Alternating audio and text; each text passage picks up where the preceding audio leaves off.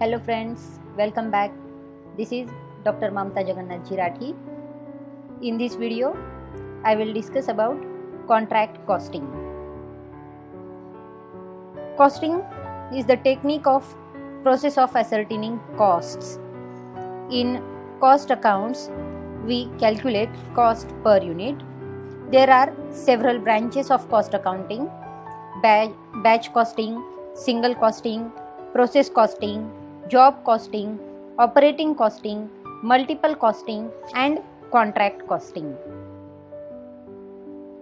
Contract costing is defined by the ICMA terminology as it is that form of costing which applies where work is undertaken to customers' special requirements and each order is of long duration.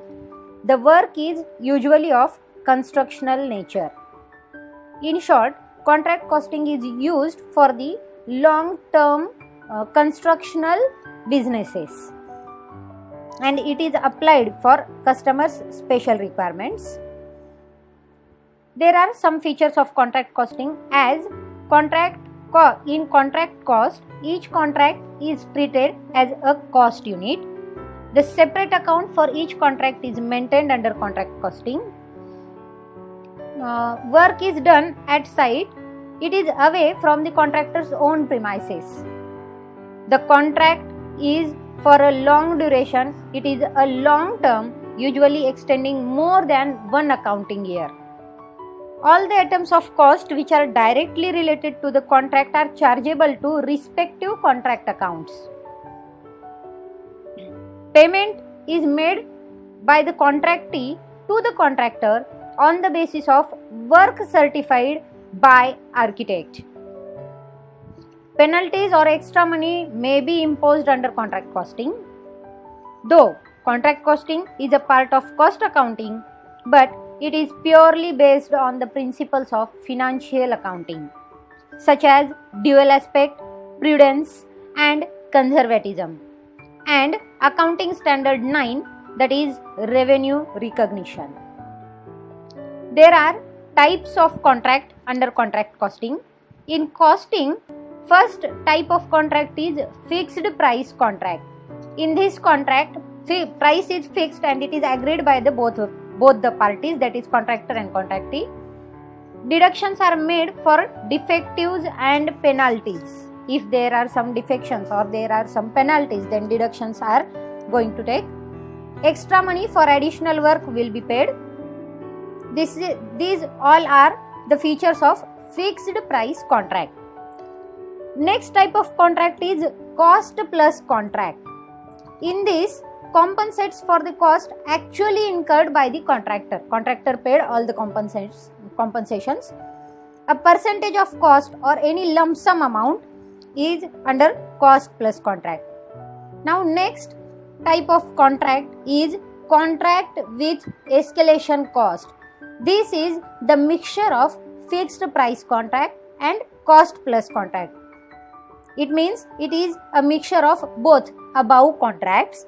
A fixed price will increase with increase in cost of material, labor. Now, here I have given some cost attributes to contract account, means costs which are applicable to the contract account.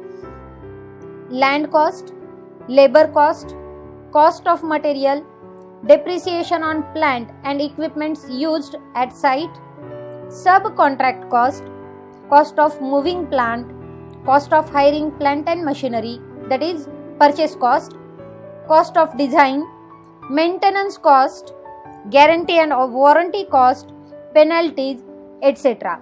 All these costs or all these expenses are applicable to the contract account. We will see all these expenses in our contract account. Now there are some costs which are not attributable to the contract account. That means these costs we are not going to take into the calculation for the contract costing. Which are these costs? Here is a list of that costs.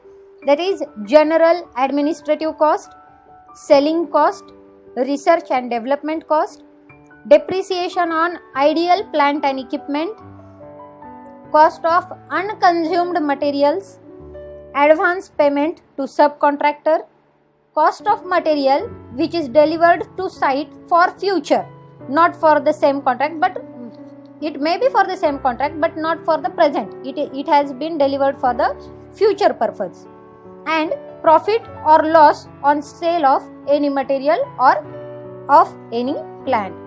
All these expenses or all these costs are not applicable to the contract cost. It means we are not using these costs into our contract. Now here I have given 3 images. By these images, can we assume the completion of the work? Can first image tell us how much work has been completed? Can second image tell us? Or lastly, new building is constructed. Here it is a completion. Here it is a completion of the construction. Now this is why an architect or a surveyor is needed and invited, and his certificate is obtained about how much work has been completed. Now on the completion of the work there are 2 types, that is work certified and work uncertified. Both the terms are used for the work completion. Work certified is also termed as completed works and work uncertified is also termed as a completed work. But work certified is that portion of the work completed which has been certified and value added by the architect or surveyor. Whereas work uncertified is that part of the work completed which has not been certified or approved by the contractor's architect or surveyor. Now payment under work certified is made on the basis of work certified, and there is no rule of work uncertified in payment. It must be noticed that accounting treatment for work certified and work uncertified is same for both. Accounting treatment, work in progress account debit to contract account, for both type of work, that is work certified or work uncertified, we use the same effect. Here I have given one example of work certified and work uncertified. Here at the starting of the financial year there is one contract.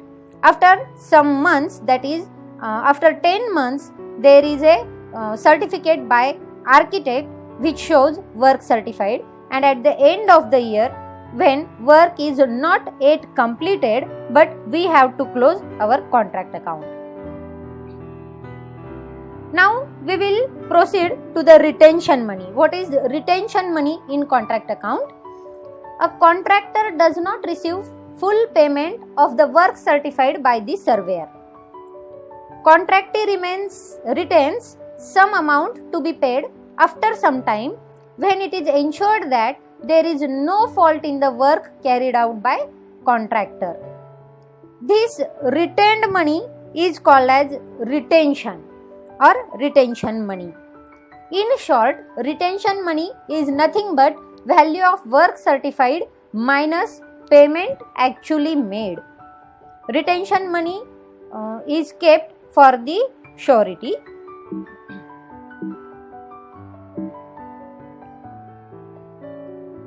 Here I have given a format of contract account.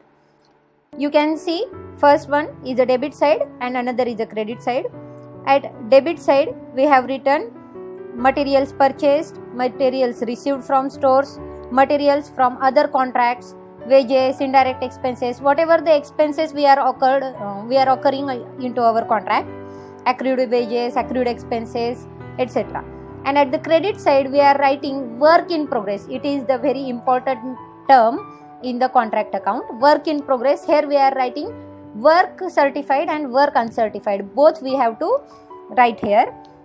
Then material returned to stores, materials sent to other contracts, cost of materials sold, materials on hand, that is closing stock of materials of plant we have to write here. This is a sample of contract account, or this is called as a pro forma of contract account. Now, how is the profit distributed of the contract? In contract costing, there are two types, that is completed contract and incomplete contract.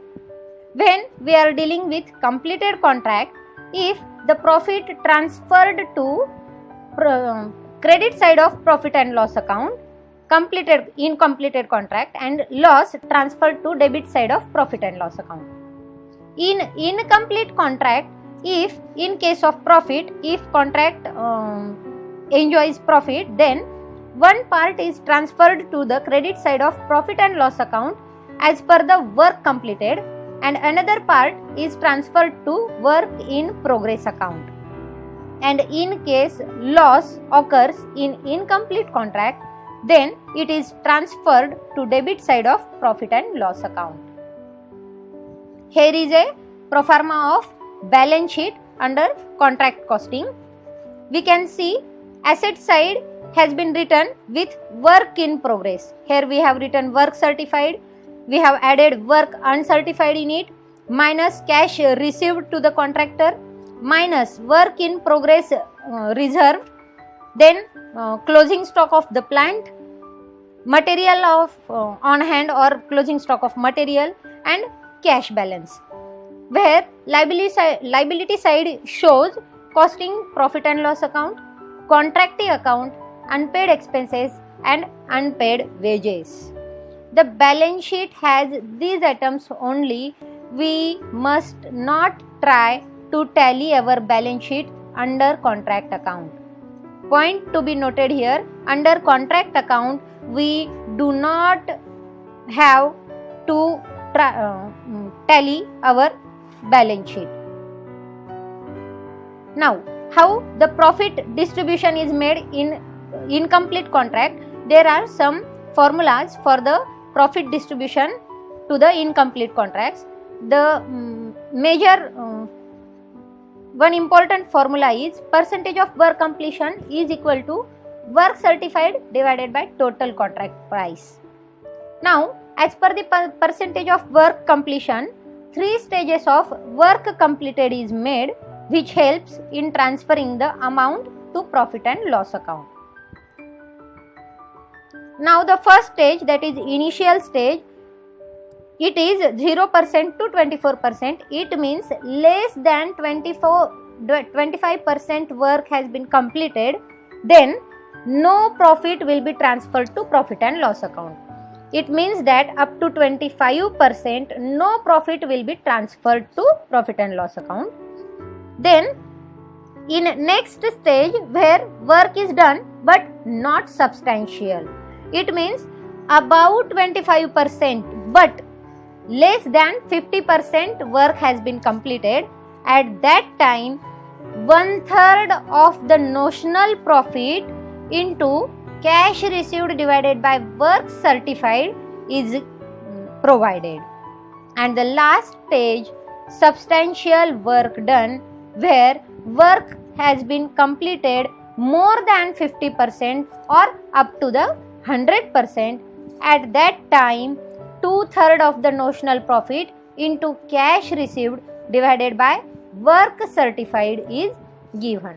These are the formulas to calculate the percentage of profit distribution in incomplete contracts. These formulas are very essential to calculate our profit distribution.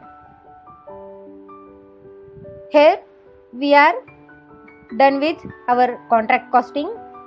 Hope this video will give you the total idea about contract costing. Keep watching. Thank you. Please like, share and subscribe my channel. Thanks for watching.